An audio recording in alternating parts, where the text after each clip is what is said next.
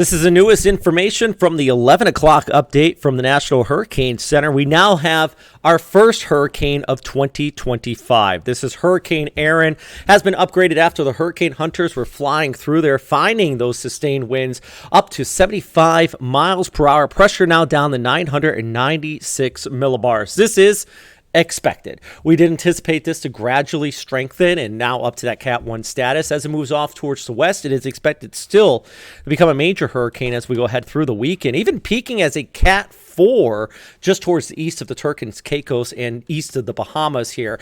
And take a look at our latest watches. Still tropical storm watches are in place across the Leeward Islands. I would expect these to continue off towards the west into parts of the British and Virgin Islands as we go ahead through the rest of our Friday. And look at the infrared satellite imagery. You can really see that tight center of circulation continuing to wrap up here. So really no surprise that this has been upgraded to that Category 1 hurricane status. There's that recon flying around out there. We're continuing to see the hurricane hunters go through this storm, and that's good news as far as initialization data. It gives us a better understanding of that forecast track, not only of what it is right now, but you get better initialization data. It helps to give us an idea of where this storm system is headed.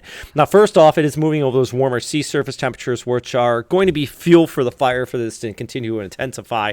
And that's why, we're expecting this to go up to major hurricane status. But also right here, you can see how it escapes the Saharan dust as we go ahead through the weekend and into early next week. And that's also another reason why, there is that consensus that this is going to gain that strength. Here's the European versus the GFS model, so our model consensus, also showing this turn towards north as it continues to deep into a major hurricane about 500 miles offshore and east of Jacksonville. Now, overall, this is your streamline analysis, kind of giving you a general idea of the flow right now. So before we get into and breaking down your models, kind of see high pressure right here, high pressure right here, but there's this gap and a trough just towards the north of that.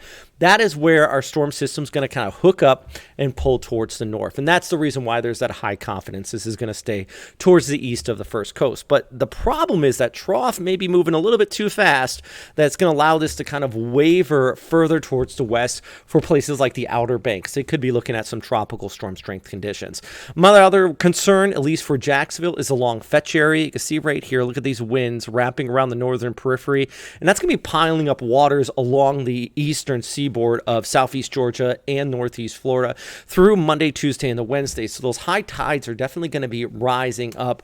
And on top of that, we're getting towards a new moon. That's kind of your spring tide. So the tides are already high on top of that. So you got risk of rip currents, increasing tides, and even some beach erosion for the first coast. So you don't need a direct impact to be having some sort of side effects from this tropical system. As far as the worst of the weather, I still think it's going to be Bermuda. If you are looking for the spot that's definitely going to get hit the worst by this storm, the right front quadrant is going to be impacting them as it passes overhead. But for now, though, of course, the number one topic here in Jacksonville is all these impacts right here. Still expecting those above average tides and that risk of those rip currents. I'm meteorologist Robert Spetta, and once again, we have our first hurricane of 2025 about 5 days after the average, which is typically on August 11th. Check out for more information at firstcoastnews.com. Hurricane Central.